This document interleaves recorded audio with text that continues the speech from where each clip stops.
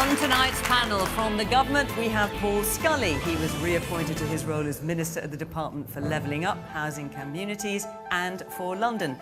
He originally backed Nadhim Zahawi for PM, but later switched to support Liz Truss. One of Labour's rising stars, Bridget Phillipson, was elected to Parliament at only 26. Last year, she spoke for the party on Treasury matters and now shadows education. Anne McElvoy is executive editor of The Economist magazine, which today said, "This is the worst start to a new administration in history and the government has shredded its own reputation," and also hosts the Economists Asks podcast. Lord Karan Bilimoria is an independent peer in the House of Lords. He founded Cobra Beer over 30 years ago, a company he still chairs. He also finds the time to be Vice President of the CBI, which represents nearly 200,000 UK businesses. And Richard Bacon has presented a huge number of popular TV and radio shows, including a youth version of this very programme. Now based in LA, he's co-creator of This Is My House, and for National Geographic, once hiked across Yosemite National Park with Barack Obama.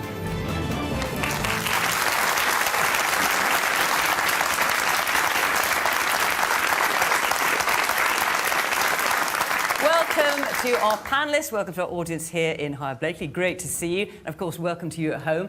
We always aim to get a wide range of views on this programme, not only from our panel, but also from our audience here.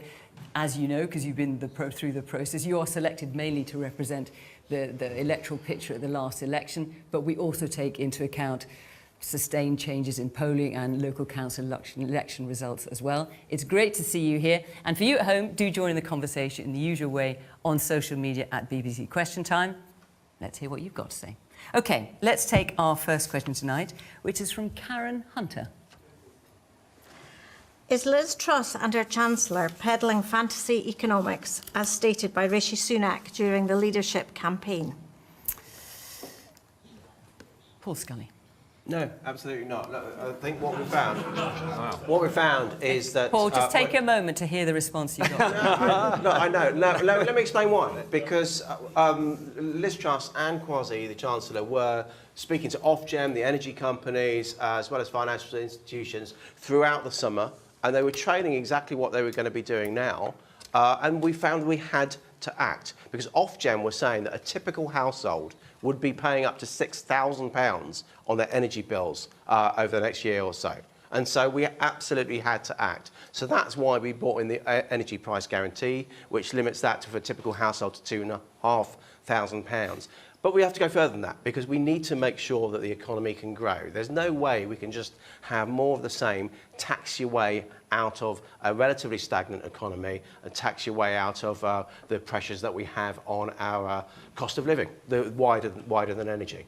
So are you happy with the way things have gone since Friday? Well, look, things have been really difficult. They've clearly been difficult because we saw the market reaction, and we've seen that the snowball effect from that. This is actually the first financial event of its kind that's been in the maelstrom of social media. It's financial. No. I'm just saying the speed of what's happening, the speed of response is very different from in 2008. So what we have to do now, we have to explain exactly why we are doing what we're doing, exactly what the plan for growth is, because we cannot, just as I say, tax our way out of it with a 70-year high tax rate that we have at the moment. So we have to make sure that businesses have that supply side reform to make sure that we can strip back some regulation, that we can make planning easier, that we can make childcare easier for people to work and take on new businesses, and we can get people to relocate and invest in the UK.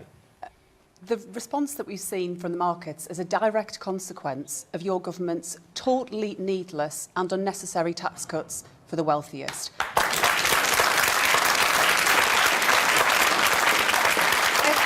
Everyone accepts the need for action on energy bills, although I think the oil and gas companies who are making a killing during this time should be made to contribute towards that. It shouldn't fall just to working people to pick up the bill for all of it. But the direct consequence of that totally unnecessary budget that will see tax cuts for the wealthiest in the middle of a cost of living crisis will mean higher mortgages for people here. It will mean rising prices. It will directly contribute and make the situation worse still. We should get Parliament back. We should recall Parliament and reverse the measures that you put forward. You're getting 30 million people. 30 million people being able to keep more of their own money with the national insurance. Hang on a minute. Their mortgages are about to go up. The national insurance levy reversal, which you didn't support that levy in the first place, and you were saying at the time the way you were arguing 6 months ago is the total opposite now. So you're either wrong Time then, and again, we said you shouldn't load it now. onto working people, and you did that. Richard, quickly, before I don't think people are going to be richer because of this. When you say it's been really difficult since last week, that does seem like a little bit of an understatement. I think, doesn't it? I think Liz Truss has done more damage to the British economy than Brexit, the war in Ukraine, or the pandemic, and she's done it since Friday.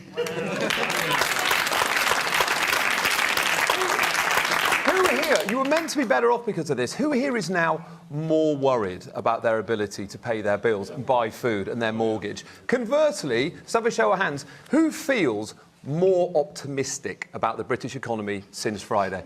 Paul, no one. But hold on a sec, you just asked the question. You said you talk about people being worse off, and you're then asking people how they feel. And I can understand why people are concerned about and worried about the future because of the narrative that we've had over last week. Hang on a minute. Surely, if you're just looking at... I mean, you've got your hands up because you want to ask questions, so I see what you're doing. But if asked who feels more worried, and I think it was everybody. Yeah. And there are more people who voted Conservative... Wait, let me finish. There are more people who voted Conservative in this audience than for any other party. So this is not a party political thing. Fine.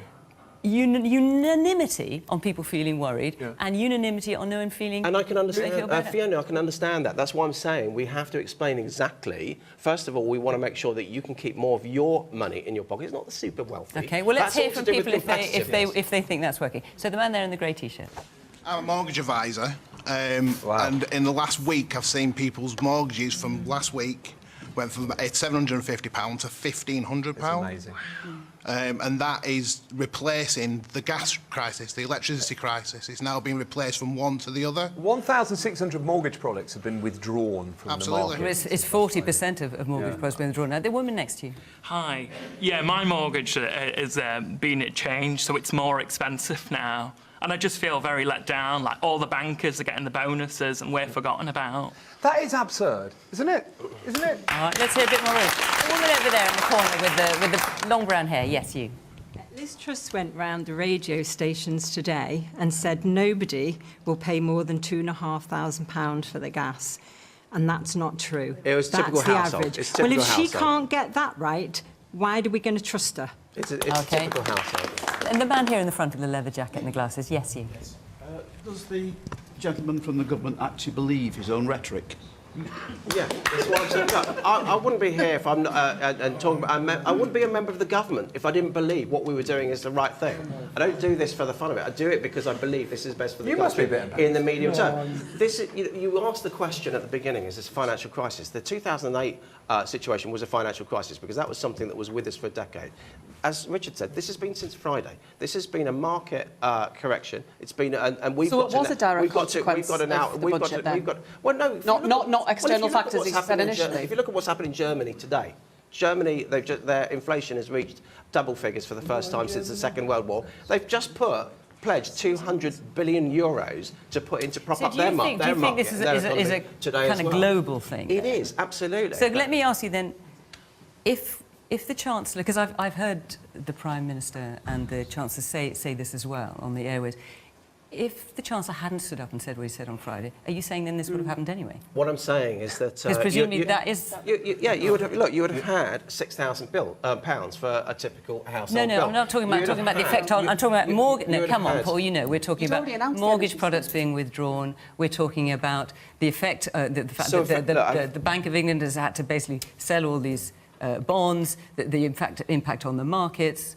You're saying all that would have happened anyway? Well, look, I think what you find is that we're in a situation where inflation is running high, but it's not a traditional inflation event. Because what typically happens, you get an overheated economy, and that's what causes inflation.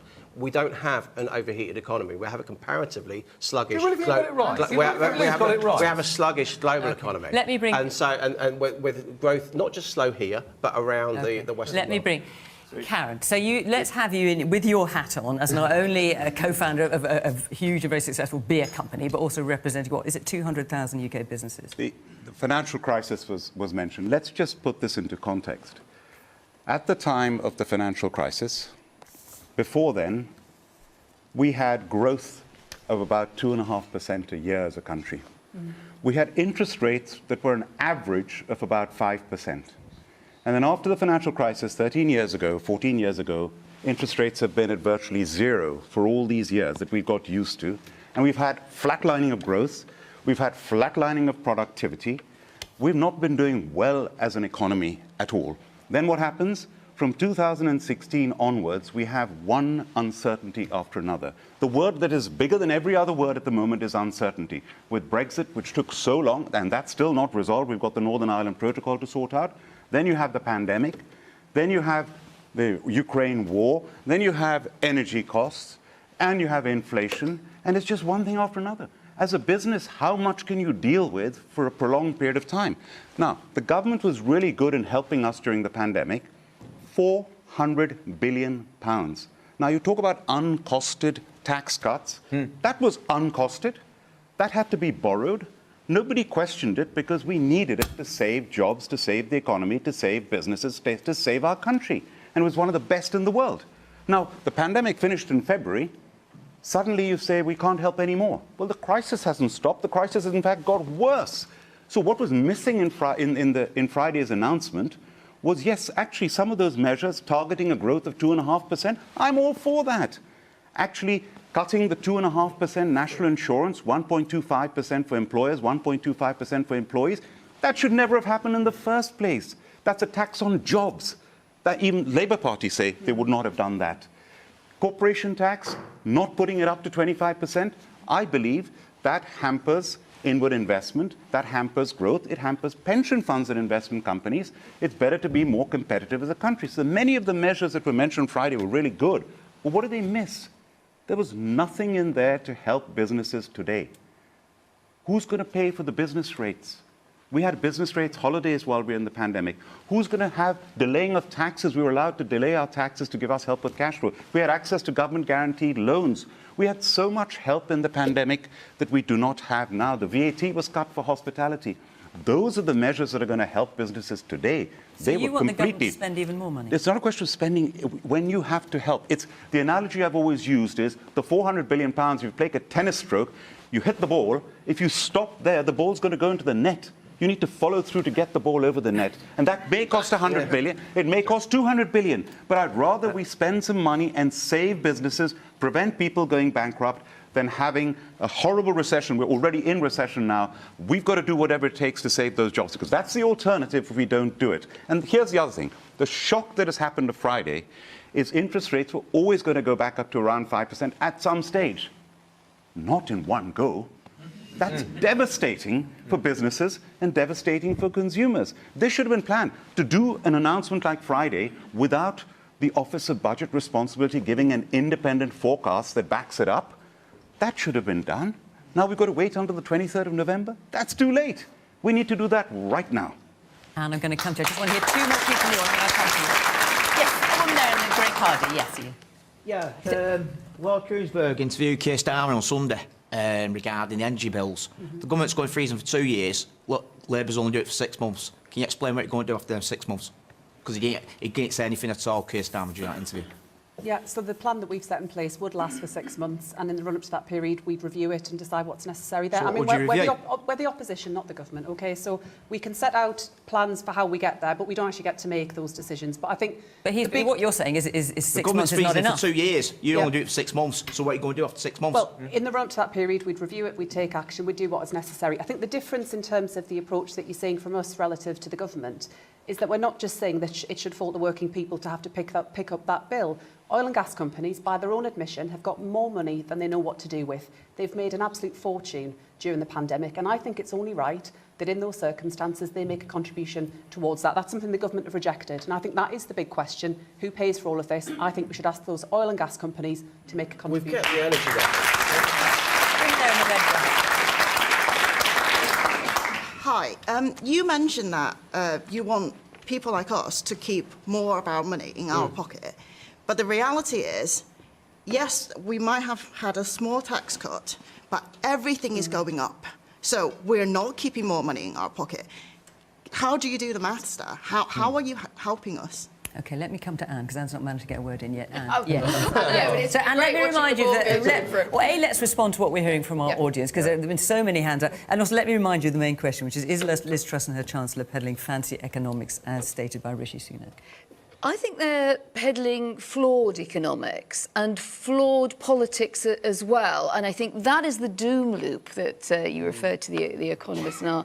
Very punitive coverage, particularly, of what we must still think of as a mini budget, which is a bit like saying that a hurricane is a slight breeze in the Manchester area.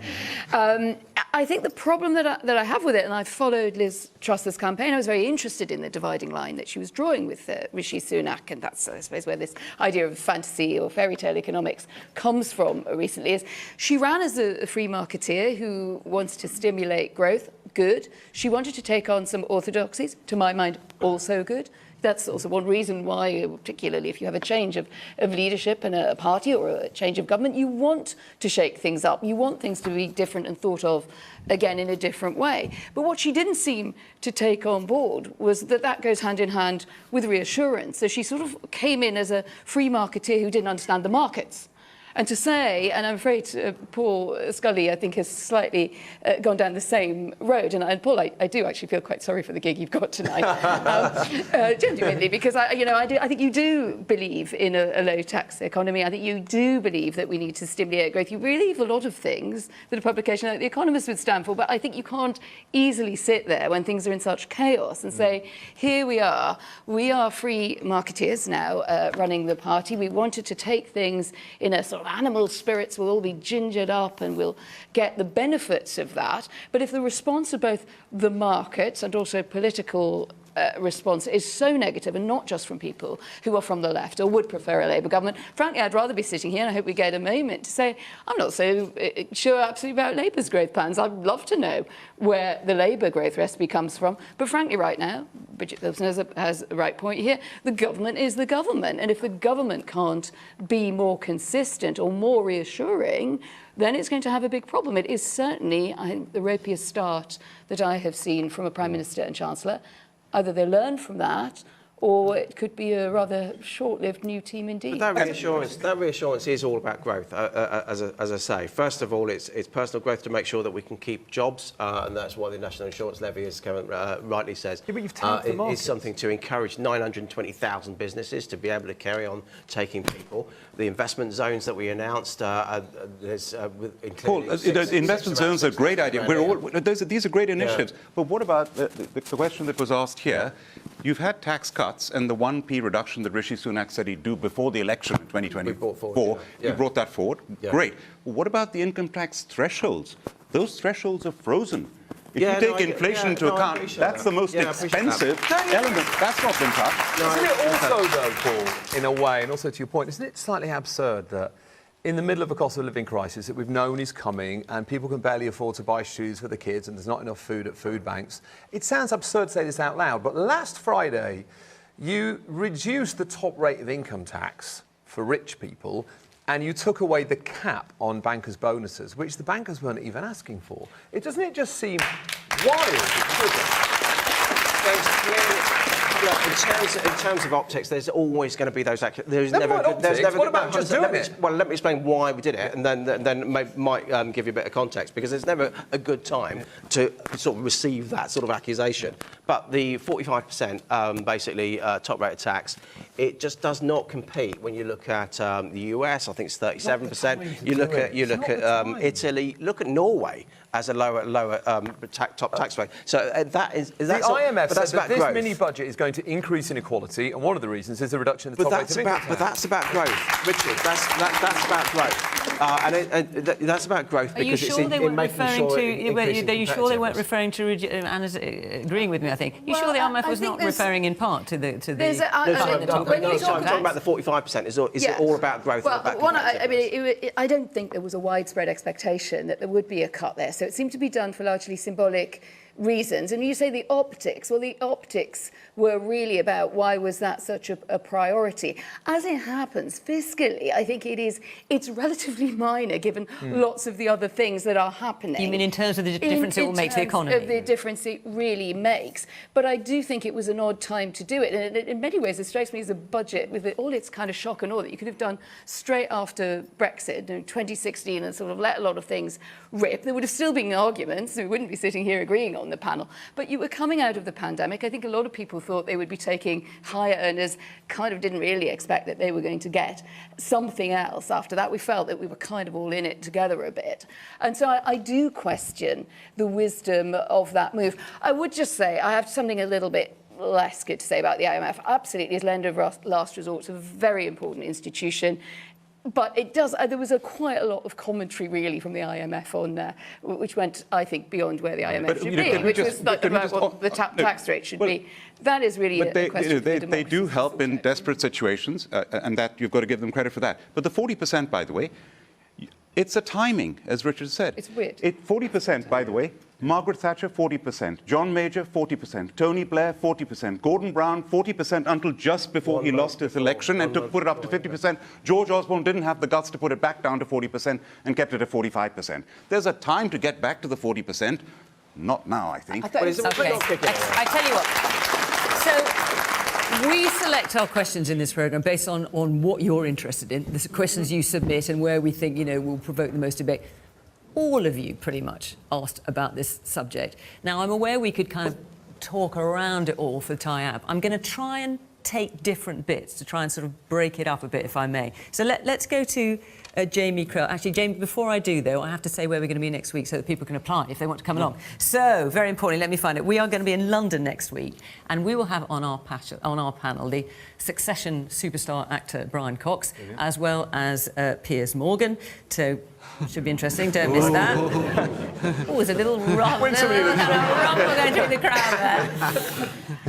And then after that, we're going to be in Musselburgh on the east coast of Scotland, and that's also going to be a great debate. So if you are in the vicinity of London or Musselburgh, you want to be in either of those programmes, go to the Question Time website and apply in the usual way, and we would love to see you. OK, we are going to stay on the business of the last few days, because that's what you all want to talk about. So, Jamie Crell, where are you? Let's hear your question. After the effects of the fiscal event on Friday, will first-time buyers ever be able to afford a mortgage? So, Jamie, I'm assuming you are asking this question. Does this apply to you personally? Yeah, but, I've been saving for about 4 years. Wow. I feel like Friday was probably the nail in the coffin for me. It has been hard prior to that with house prices are going up, but I feel like Friday was the nail in the coffin, at least for me, in the next 2 years. Right, OK. I'll be interested to hear from anyone else on this particular subject as well, actually. Bridget. Yeah, it's a time of real worry, and where it comes to people who already are in the position of owning their own home, and we've already heard the impact that will likely have, but also those of you, like you, who want the chance to buy your own home, and I think people should be able to do that. It's many of us aspire to that and want the opportunity to own our own home. The reality is we don't build enough houses so in this country. how would Labour help? It's someone like Jamie particularly. Yeah, we need to make it easier to get more houses built, and that applies to both homes to buy, but also homes to rent too. We haven't done that for a very long time as a country. I think, going back to the point around the wider set of priorities that we've seen from the government and how we get growth in our economy, I think the fundamental difference between the approach that I would take and that Labour takes and Paul's approach is that I believe growth in our country comes from the working people of this country, so from the bottom up and the middle out. And you don't generate growth by simply just handing over a tax cut to the very wealthiest. I think it's the people in this room, the teaching assistants, the nurses, the shop workers, the delivery drivers, they are the people that will drive growth. So any plan for growth, it's not trickle down, it's from the bottom up and the middle out. So any plan for growth has to involve investing in our people, investing in their skills and making that transition as well where it comes to the new technologies of the future. Climate change presents us with so many challenges, but it also presents us with so many opportunities to create brilliant jobs right across our country, well paid, highly skilled. That should be the focus of government, not unfunded tax cuts that lead us to a crash on the economy. Karen. So what can we say to Jamie? Will first-time buyers like Jamie ever be able to afford a mortgage now? Because in the short, right now, you're thinking you can't. Sorry, let's hear what you're going to say. Yeah, I mean, I wanted to get a new house by the time I'm 30, so that's 2 years. I just feel at the moment I'm trapped in like a rent cycle, and yeah, it's not going to happen realistically now, especially with like energy bills are going up. And also the government has taken action on it. Yeah, and to be fair, like they have, but it's everything else that is going up as well. Like rent is going up as well. So you're not feeling better off? No, I'm feeling a lot better. So the aspiration to own your own home, I mean, I still remember when my wife and I bought our first home, how we struggled to get that deposit amount and then to get our first. It's one thing we've got to encourage. What's happened, it's actually gone down because house prices have gone so much that it's impossible just to even get on the ladder. And here you were nearly on the ladder, and now interest rates are just rocketing up. And mortgage products being withdrawn, as we've already heard. And people with existing mortgages, those of, if you've got a 2.25%, 2.29%, it may run out next year. It may run out in 2 years, and then it'll shoot up by 4%, 5%. Banks will say, "Can you meet the higher interest rate before they'll lend you any money?" But again, to give the government credit, in this announcement on Friday, they did say they would make house building easier. But let's see the action on it. We need hundreds of thousands more houses per year. Let's build them. We talk about the green revolution. We can make small modular nuclear reactors. Rolls-Royce have the technology. They can build them within 5 years. Each one can power the city the size of Sheffield. We haven't even started building one. Let's get on and build them. That'll create jobs. That'll deal with the climate change. Yes. So in addition to being more difficult to buy your first home, actually selling your home I'm finding is difficult at the moment. So Paul, this is one for you really. In light of the cladding crisis that's ongoing at the moment, our insurer has actually demanded £250,000 from 52 leaseholders by the end of this month, which is an impossible ask. I'm just wondering, what are the government doing to stop these profiteering companies? Is this part of helping the rich over the leaseholders of the country? Or? Now, Paul, I'm going to come back to you to answer that specifically. I'm just going to go around the audience a bit more, if that's all right. The woman in front there in the glasses. Hi, Paul, this is for you again. I mean, Feel free to offer the panel as well, to say in the interest of balance. I mean, I have dyscalculia, which is mathematical dyslexia, but even I know that 5% cut for somebody earning over £150,000 is worth more to them than a penny for somebody earning a lot less. And the cut for the people earning a lot less is not going to happen till April next year, but the 5%'s gone right now. So you're saying that you want us to have more money in our pockets, but I mean, Ofgem, we're going to increase the rates by, I think, about 178%. You've stepped in as a government and said, oh, no, that won't happen, but they're still going up by about 96%. That's a massive increase for people like me and people on this panel. How can Jamie over there get a new house when he's got to think about the cost of living, the cost of food, the cost of rates, everything? It's not working. OK. Again, I will come back to you. I'm just going to try and get round the audience a little bit. The woman there with Hannah, you've got with a sweater on. Yes, you, yeah. Yes. Is now the time for the Chancellor to move the main budget further forward, to move it to the next few weeks, and hopefully it should be better thought out? What you mean in terms of because at the moment we're expecting a statement on the 23rd of November, and so you're asking should it be brought forward? OK. The question that we've been asking is about mortgages. Has anyone got anything here to say about mortgages in particular? Yes, we've got a couple there. The woman there in the white headscarf, yes. Yeah, I just want to know what the plan is for mortgages, because I was actually in the process of getting a mortgage as a young person, and I was told my initial interest rate would be 4.5%. And I was told today that the lender has pulled that offer, and now the best offer that I can get is about 10.5%. Wow. Yeah, and they're saying that, you need to immediately look at sort of putting your application through, because if you don't, the lenders may even pull these offers. And for me now, as a first-time buyer, I mean, I don't think I can now afford to get a mortgage. Friday? Yes, yeah. So let's just hear a bit more about that, because that's an extraordinary So I was given jump. this initial rate about 2 weeks ago. So we were in the process of getting all the documentations together, making sure everything is correct, ID and all of those things.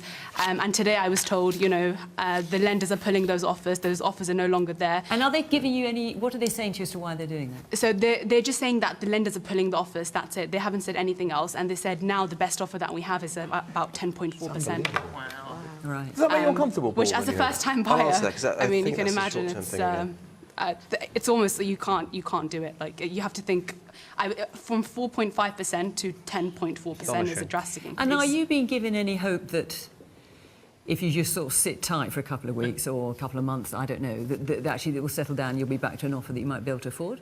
Not really. I mean, given that we're in a recession now, I don't think that can happen for the next couple of years at least. So. There's a couple of other things that, that people have asked for, so I'll come back to you. What's your name, sorry? Rabia. Rabia, what do you say to her? Yeah, so in terms of the mortgage, I mean, I was looking at an interview with the representative. How do you help Rabia particularly? She's there. No, absolutely, she could vote for you. How are you? Or maybe you have already. Let me try and explain it. So the representative from the UK Finance, who represents lenders, was speaking just yesterday, and he was saying the fact that there are still more mortgage products now than there were 10 years ago, despite the reduction. So there's still money around. But you're right. No, absolutely, you're right. That what you're finding at the moment, and the mortgage lender, a gentleman over here was chatting before about the constraints. What we found, if you go back 2.5 years to the beginning of COVID, when we started lockdown there, lots of businesses were scrabbling around with furlough, not sure what to do with paying other people. Those first few weeks were really, really difficult as businesses tried to find the certainty that Karan Bilimoria was in talking fairness, about. that was caused by a pandemic, as opposed to what happened on Friday. Yeah, but what I'm saying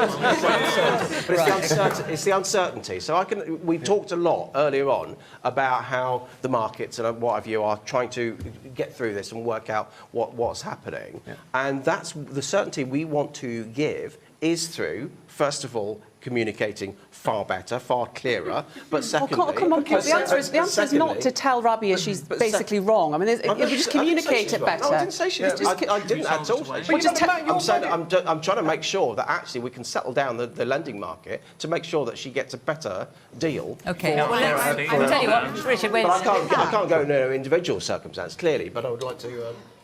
So, Rabia, what's your response to that? I mean, I know I'm not getting a better deal, and also in terms of more offers being valid. So I was given like 4 different offers, sort of with different interest rates. None of them are now available.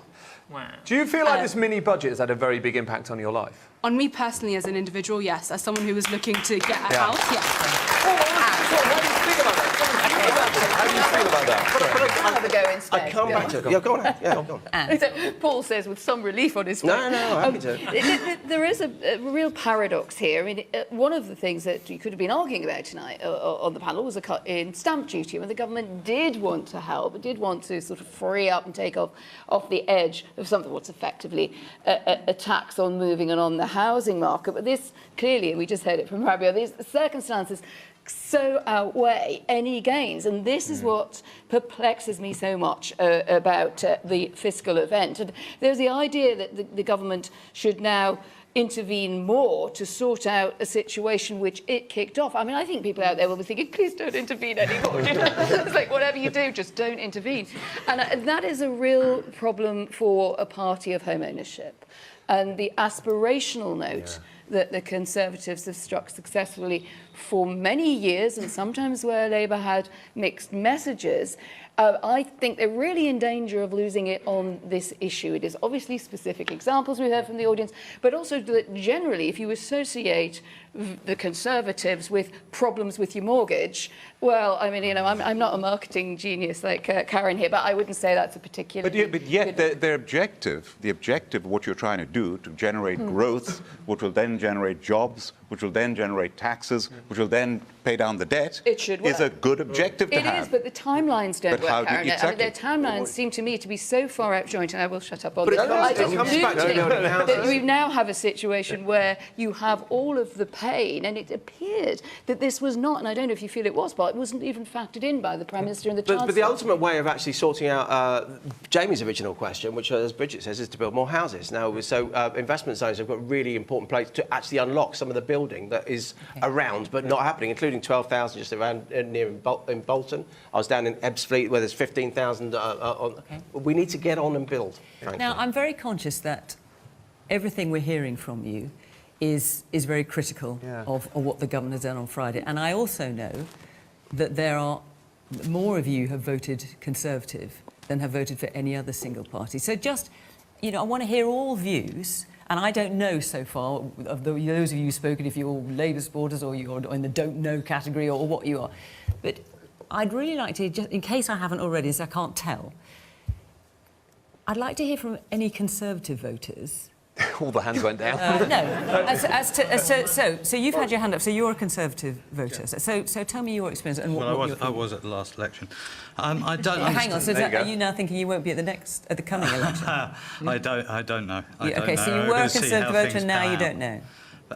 Okay, but sorry, tell us your story. Well, just the fact that in the last 10 years, the government have kept going on about affordable housing, making housing affordable.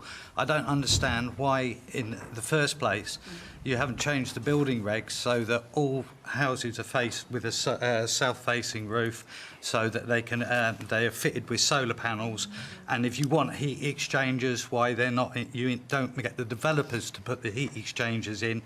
At their cost, that can be spanned out over the entire length of the mortgage as part and parcel of the house. So you're talking about trying to introduce green energy-saving but making housing mechanisms affordable. as part of the house. If 10 years ago the government had said, right, we're changing the building regs, all houses now, new builds have to have PV panels, maybe a small turbine or something, or heat exchangers, whatever you want to do, why aren't they simply doing it so that it's on the new builds?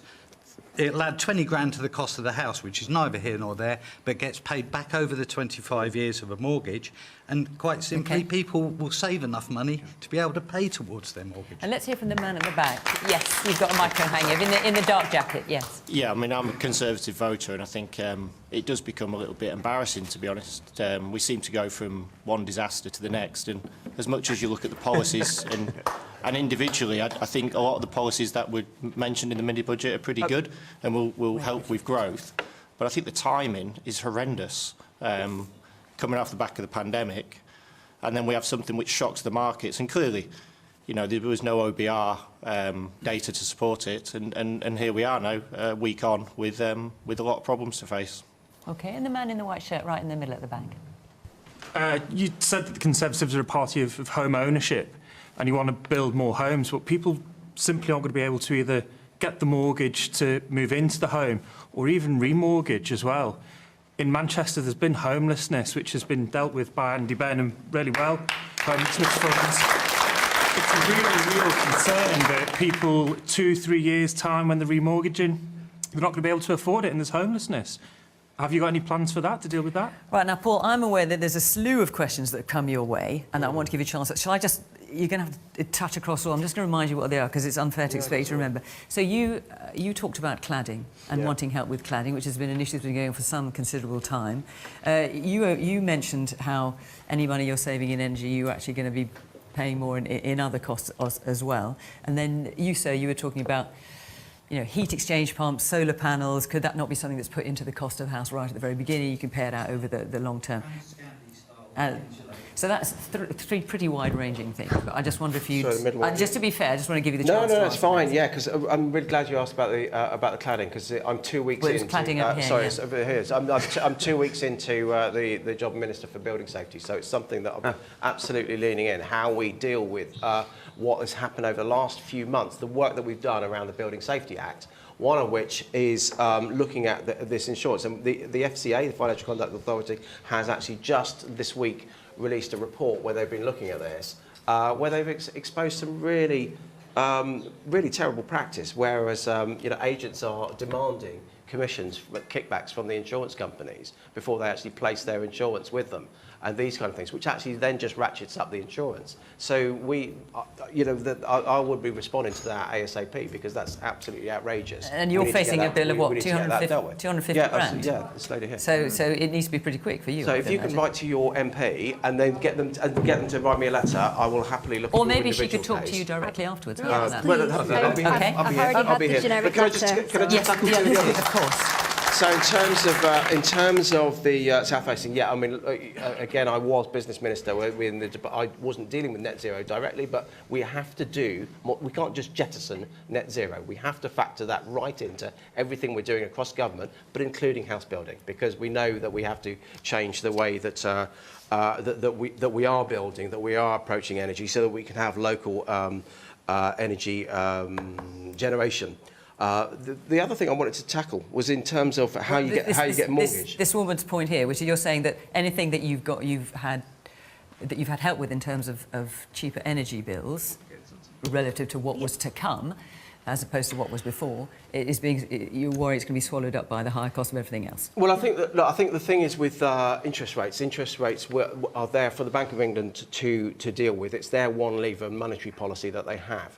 They don't affect market.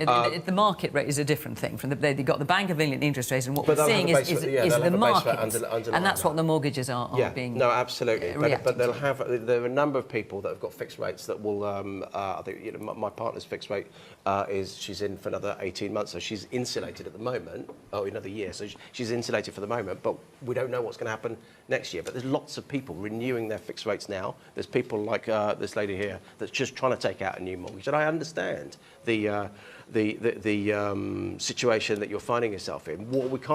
It's not our lever. It's the Bank of England have their indendence to sell to. But it's not the Bank of England. Sorry, it's not the Bank of England. It's market rates. It's two different things. We heard from Karan Bilimoria earlier on the fact that interest rates were due to go up. I mean, okay, fine. Not so suddenly. You made the point about the sudden, but nonetheless, they would be going up to tackle that underlying inflation rate, because their target is 2%. One of the things we're also doing, but you see, if Rabia there had managed to get her mortgage and got a fixed rate mortgage, you'd be sitting pretty now. But I'm coming back to I come back to your situation. Try again over the next couple of weeks. Come back to the foothills of COVID, when businesses were really uncertain at that point. They are going through that same level of uncertainty now.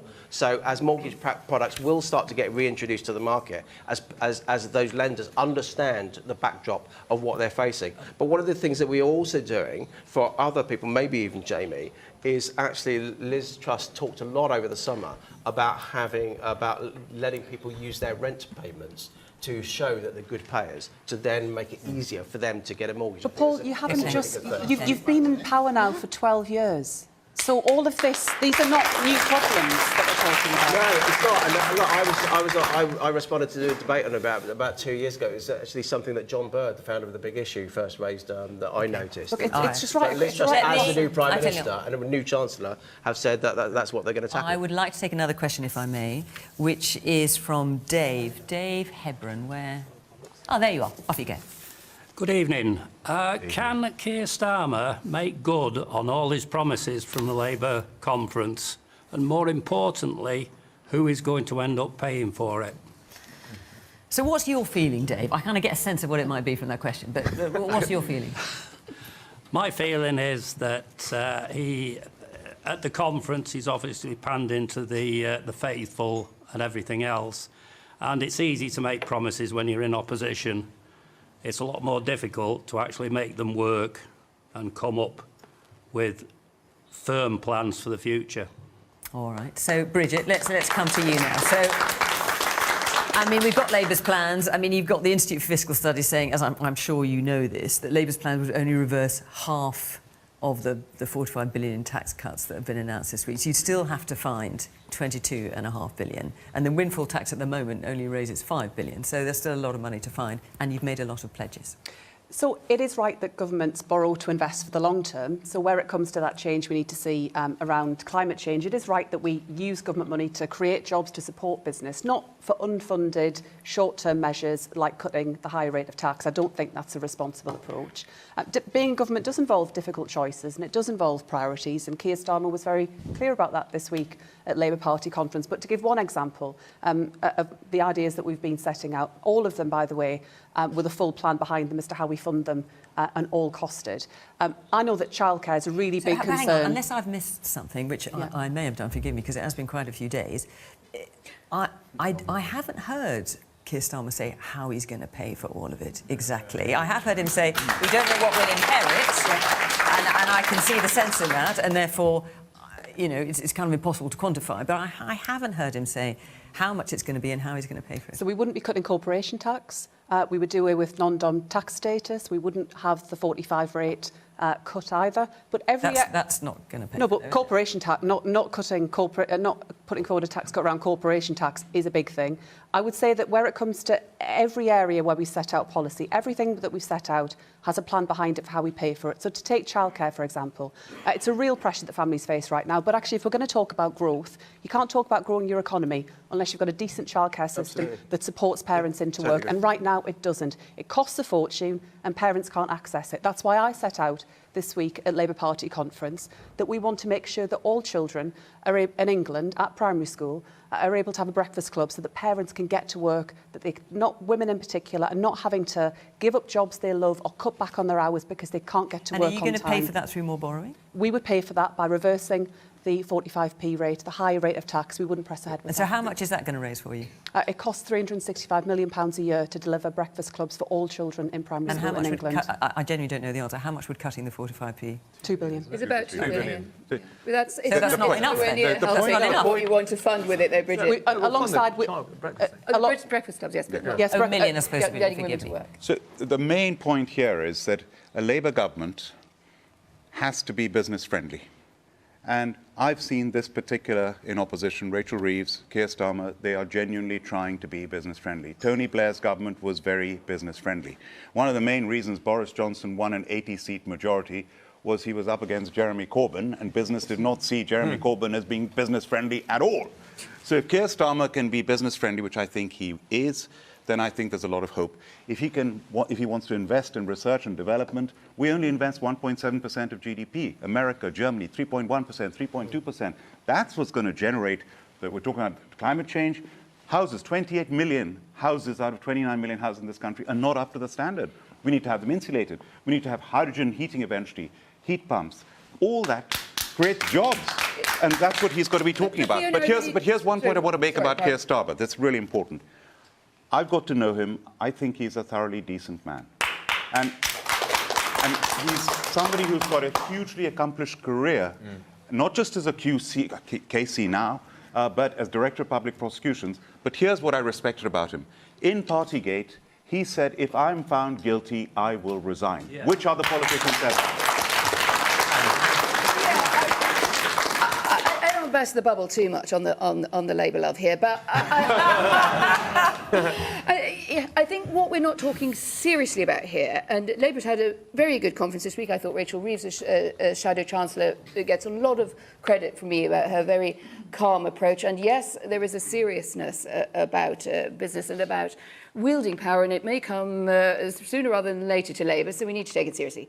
Where there is a big empty space is around growth.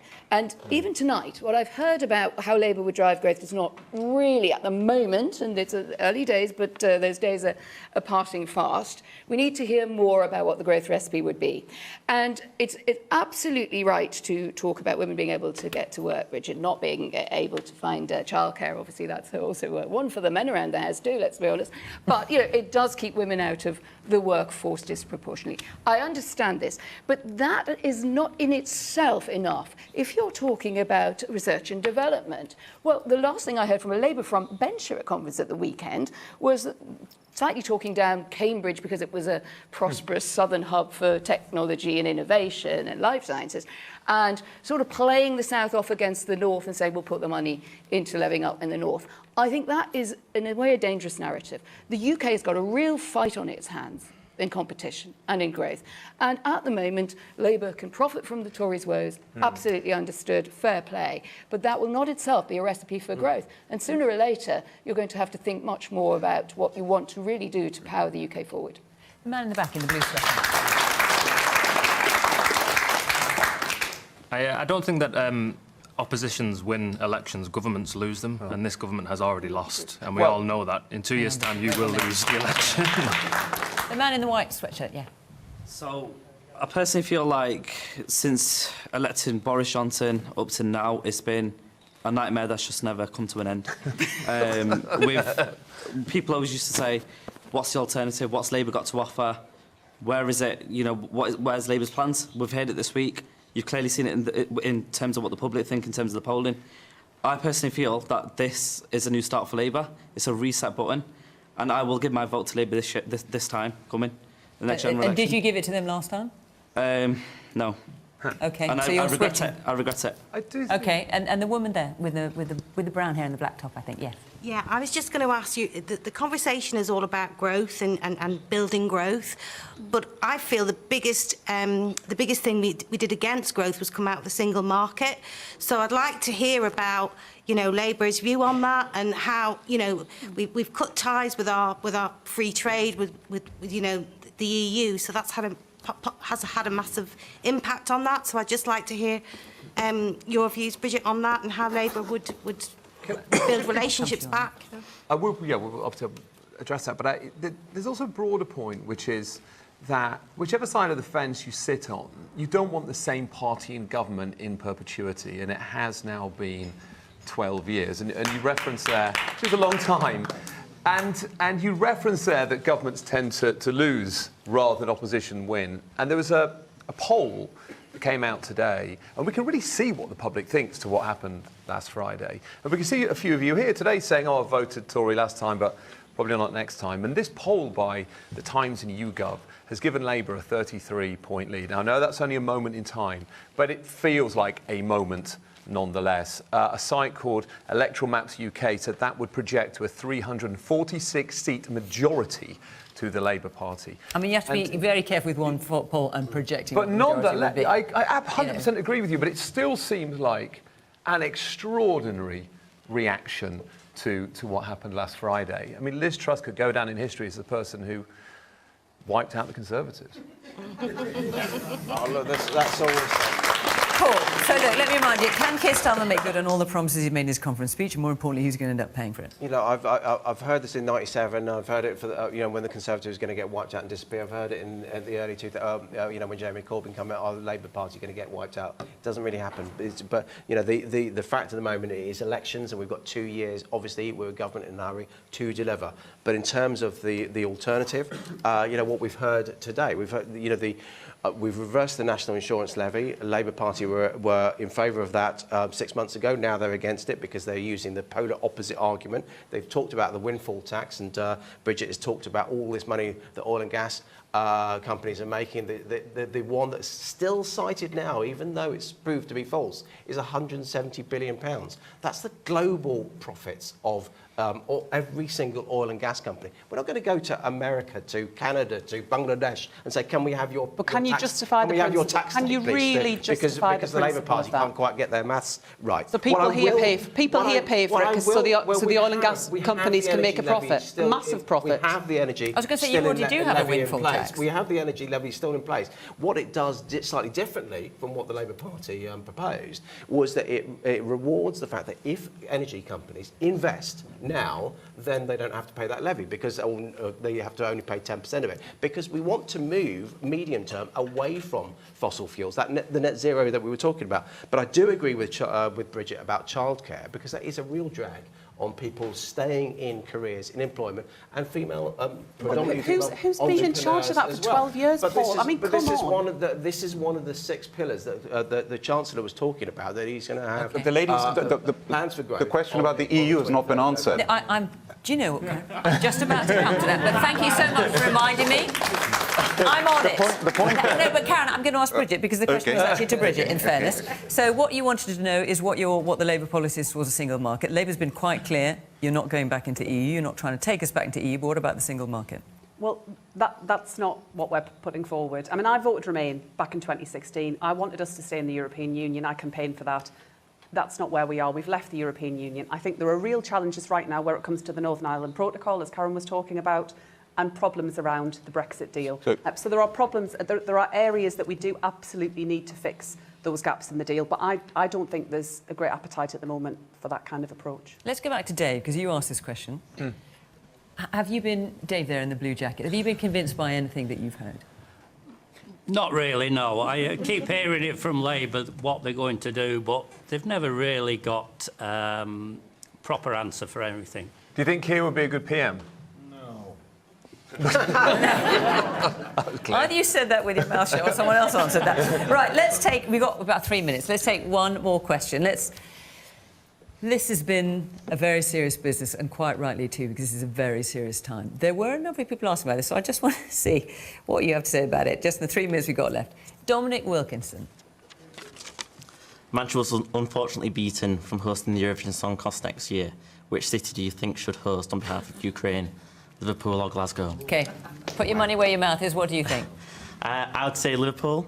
It's only down the road, and that's where my other half lives, so... Not in any sense biased. Yeah. Come on, Karen. No, I didn't hear the question. So it's about the Eurovision Song Contest. So it's now been whittled down to Liverpool or Glasgow, because, you know, we're hosting instead of Ukraine.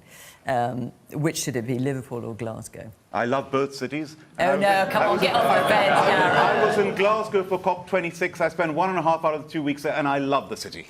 Oh, OK. So I've just had a brilliant week at Labour Party conference in Liverpool. Fantastic city, but my granddad grew up in Glasgow, so Glasgow's got a special place in my heart. Right. Oh, my gosh, OK. Liverpool's got a pedigree for singing. They've got to check at that, actually, whether they want it, because cities tend to lose money when they actually host. Well, they're saying they want it but they're 45% reliant on hospitality and tourism, so they've got the infrastructure as well. I was up there not that long ago. Well, Liverpool not only has a reputation for singing, it has a reputation for creating the greatest band of all time with the greatest catalogue of music in history. That said, whichever... Don't forget the Manchester sound. I'm not comparing the Beatles, the Manchester that's sound not an was option. fantastic. It's Liverpool or Glasgow. OK, that's true. But whichever I'm just saying, city we're here. it is in, I won't be seeing it, but my vote would be Liverpool. Ooh, I've always just gone with the local, with the vibe wherever I am for this show. This is within the Northwest. I realise it's not much variety for you, Fiona. I'm tempted to say Liverpool, Glasgow. No, my real answer is I'm a Durham girl. I'm taking it to Durham, all by myself. Oh, my God, OK. The man at the back in the stripy shirt. I think we shouldn't forget that we're hosting this for Ukraine. And absolutely. Yeah. Manchester has the largest Ukrainian population outside of London, so it was sadly, a real as shame Richard that it pointed wasn't out, here. sadly, you are no longer in the running, so Yeah, I'm sorry I know. about that. The woman in the front here in the orange trousers. Well, I'm a Glaswegian.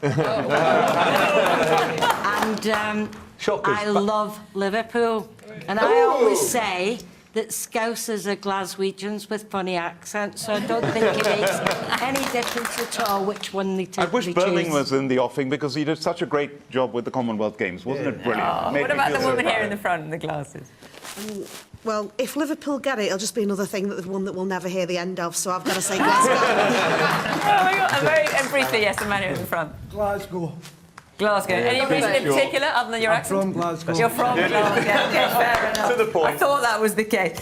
Well, look, I just want to cheer us up slightly, apart from anything else, Right. because it's been fascinating to hear what you've had to say and your stories. And Rabia, I wish you luck with your mortgage application. Our time is up. Thank you very much to the panel for coming on this evening. Thank you to all of you for being here and being such a great audience, putting all your points. And of course, thank you to you at home for watching. Don't forget, next week we're in London. We have Brian Cox from Succession, if you're a fan of that. It's also been lots of other things as well. And Piers Morgan. It should be quite a programme. Make sure you watch it. From Question Time. Bye-bye.